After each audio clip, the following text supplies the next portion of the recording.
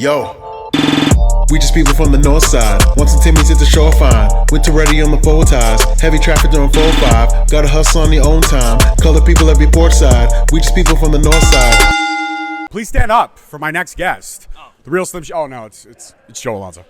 Joe. Is it just Joe Alonzo? Let's get a little... It's the most incredible, enigmatic, charismatic, beautifully coiffed beard individual that I've ever met in my life. Does that make more sense? We're try this again. You could be like, I think you need to say, he is the most dope professional wrestler that this generation has ever seen.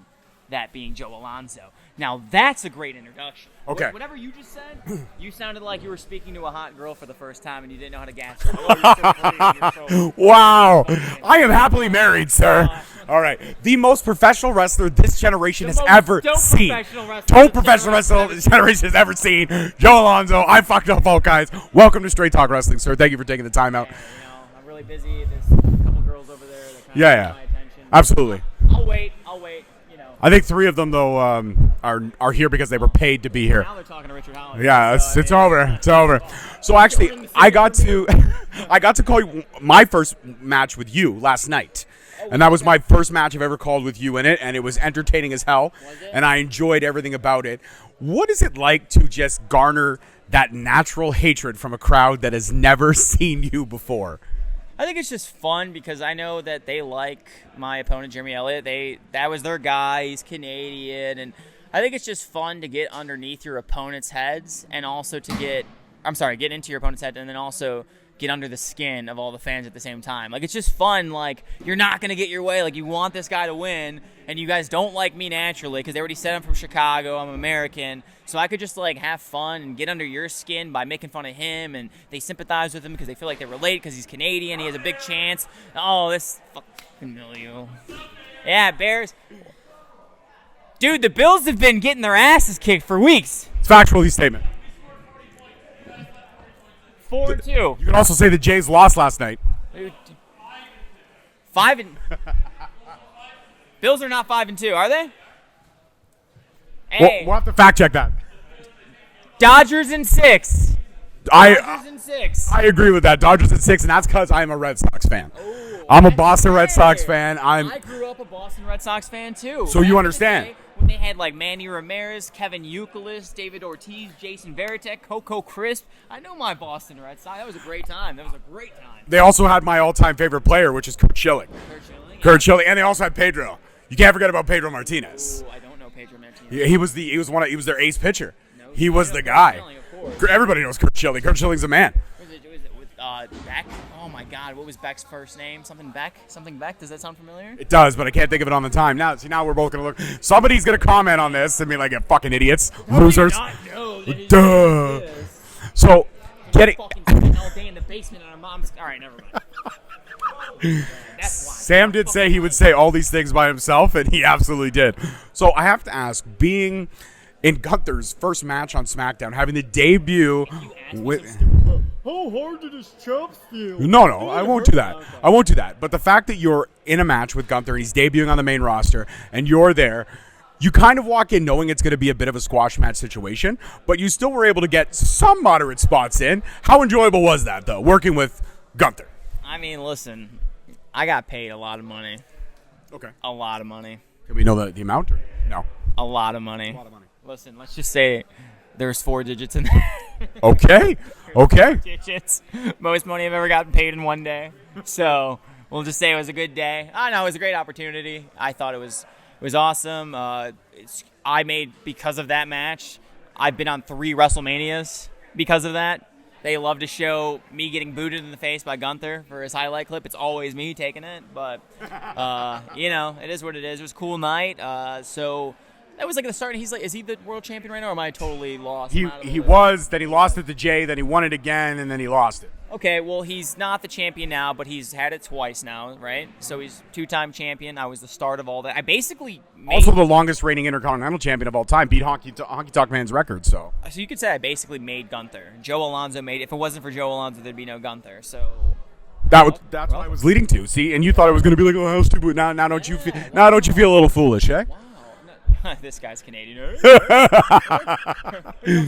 Okay, so you've been in Canada. You've been in Canada for a bit now, a couple days, and you've enjoyed the scenery. You've seen Canada in the fall, I would assume, and you've enjoyed what you saw. Maybe you found it interesting, but America has a staple of having some of the best coffee.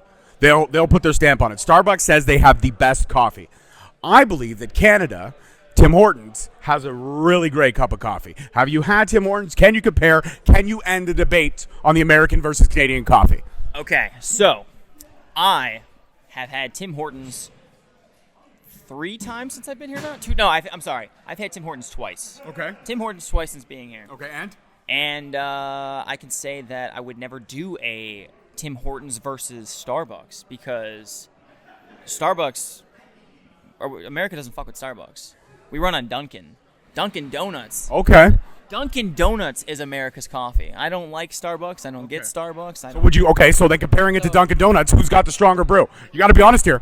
This is under oath right now, sir. Dunkin' motherfucking Donuts. Get out. Dunkin' Donut. America also does everything better. We really do. We do everything What? first.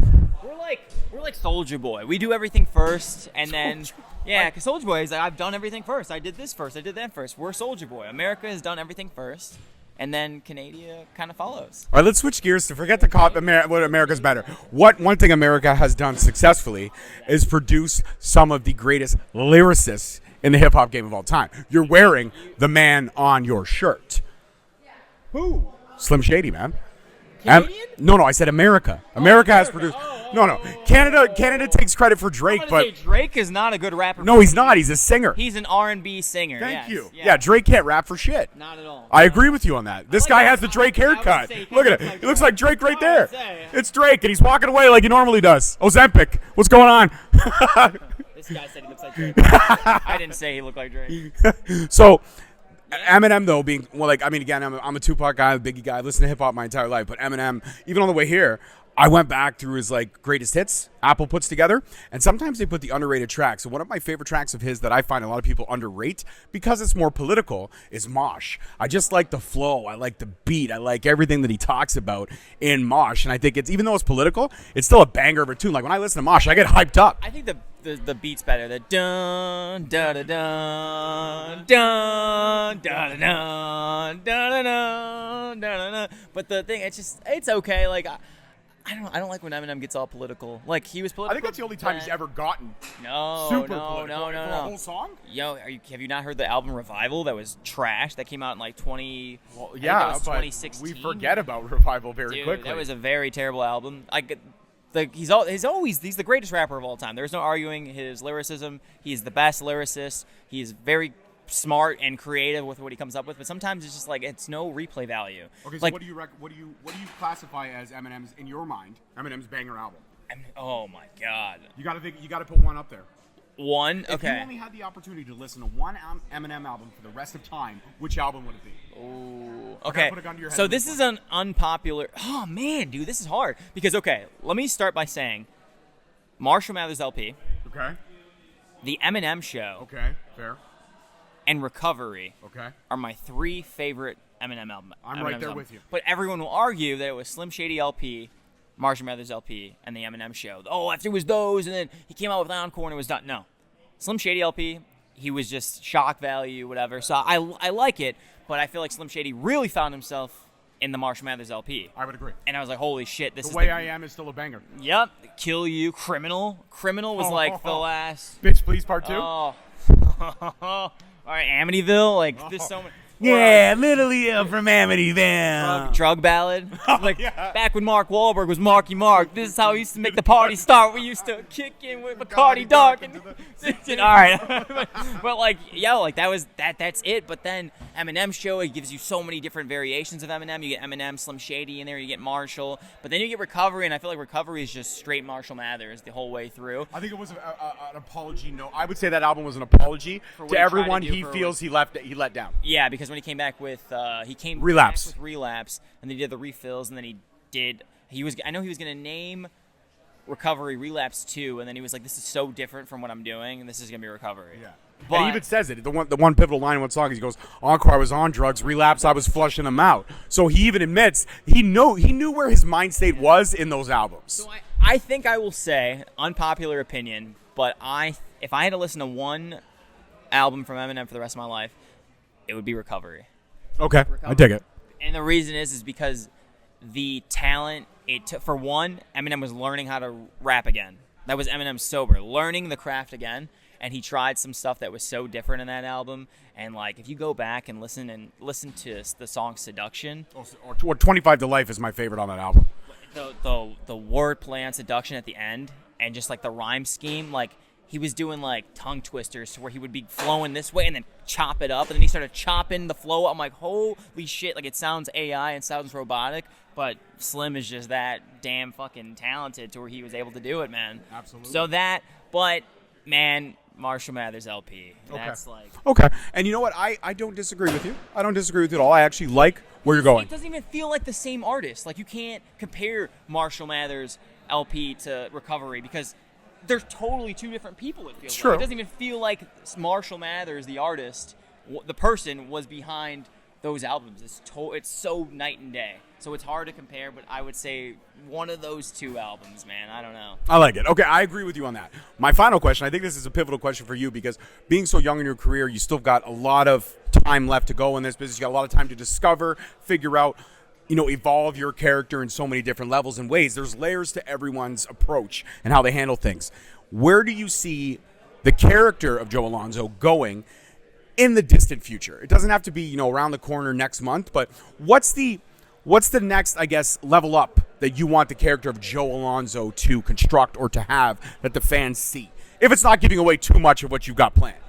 I don't have a plan. That's like going with it. Yeah, like that's like I think I was just talking about this in another interview, and I said that I don't think I'm not a character. I'm really not. Like, they always say do you times 10. Like be who you are times 10, 100, whatever. The real me is actually, I dial it down. Like, this world's fucking can't handle the real Joe Alonzo. I have to tone it down. So You have to play it safe. yeah, well, I don't say play it safe. I don't think I ever play it safe. But I mean, I know with what I can survive and what I can't survive. So I like to dabble on the line there. But I don't know. I don't really have a plan. I'm just me. Let's just say this. Whatever you see from Joe Alonzo is what's going on in my life. So if my life is going pretty nuts in the real world, Joe Alonzo, the character, is going pretty fucking wild.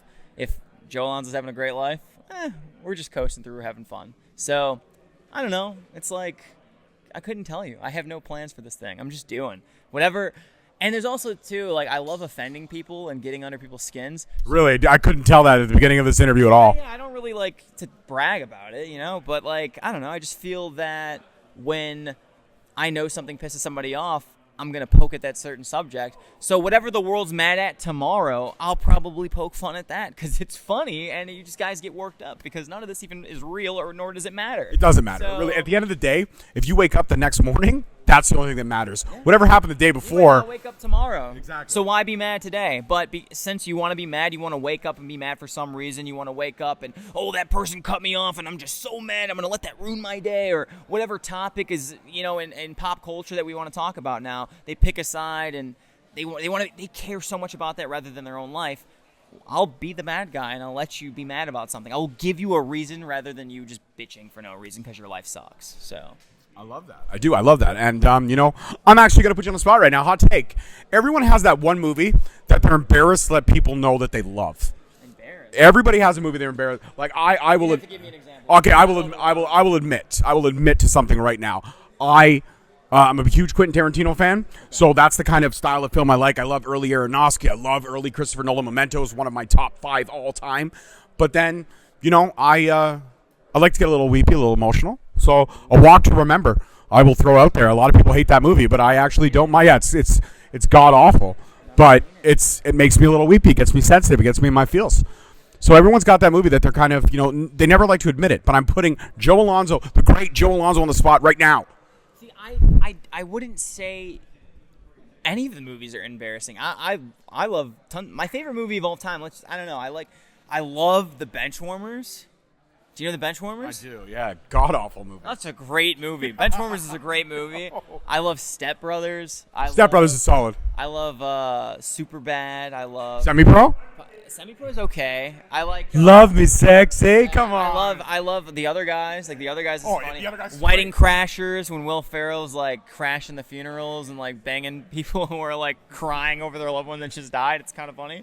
But comedy. But I don't know. I'm a big Star Wars nerd. I'll admit. Yeah, but you wear that as a badge of honor. But only 1 through 6, and that's it. I don't like anything else. Okay, fair enough. I don't like any of the Disney stuff. All sucked. Solo was okay, but Solo was okay. I actually didn't mind Rogue One. I thought Rogue One had a little bit of an upside. I only liked the last 5 minutes of it.